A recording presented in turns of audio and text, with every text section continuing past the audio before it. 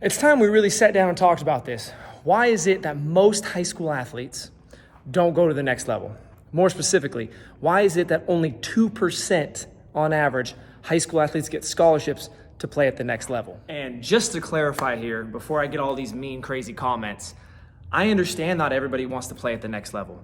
And that's why you got to know your why. You got to know why you're playing and what you're doing. If you want to have fun and you just love the school spirit and you love playing sports for fun, but this isn't something that you want to do at the next level, then this video is not for you. You're not who I'm talking to here, okay? There is nothing wrong with playing sports because you absolutely just love playing them and you love hanging out with your friends and you love being a part of a community and a school.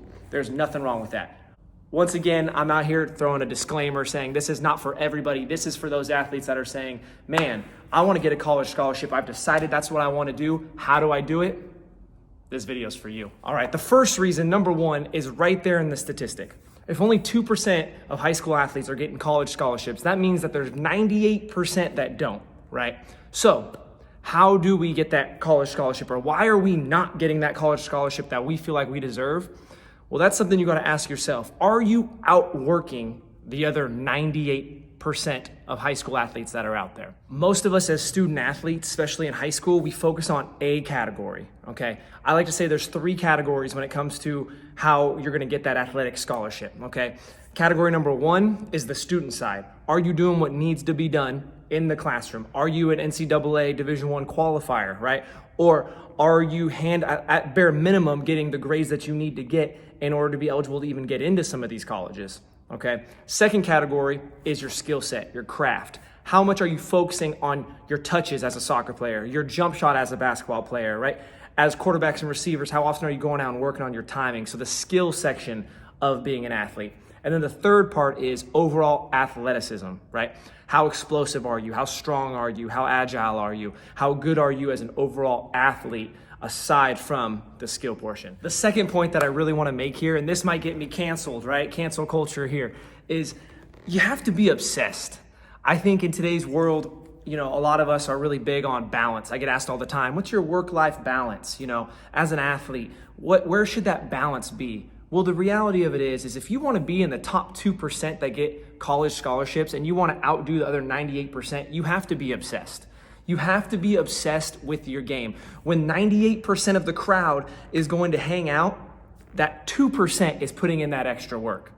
And so I understand that this is a very, it can be a debated conversation of, kids need to develop and they need to have a balance, and that's totally fine. I'm not saying that you have to be obsessed.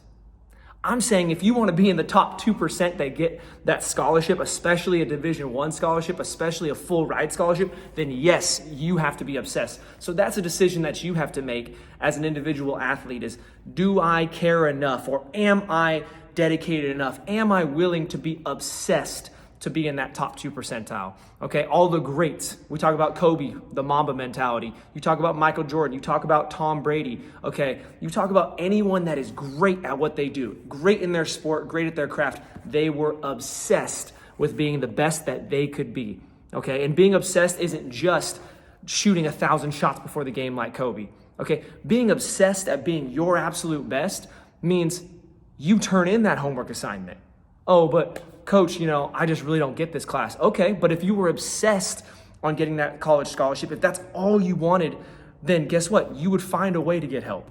You would get tutoring. You would make sure that you turned in every single assignment, even if maybe you got C's on your tests, but you turned in every assignment and show up to class every single day so that your grades were A's and B's. Okay, if you are absolutely obsessed, you don't just do the bare minimum. You don't just show up to practice. You don't just show up to school. You show up with the mindset to train with purpose, to go to school with a purpose. You have a mission and you have a goal. If you want to be in that top 2% as an athlete from high school that gets a scholarship to play at the next level, then you have to be obsessed with your craft.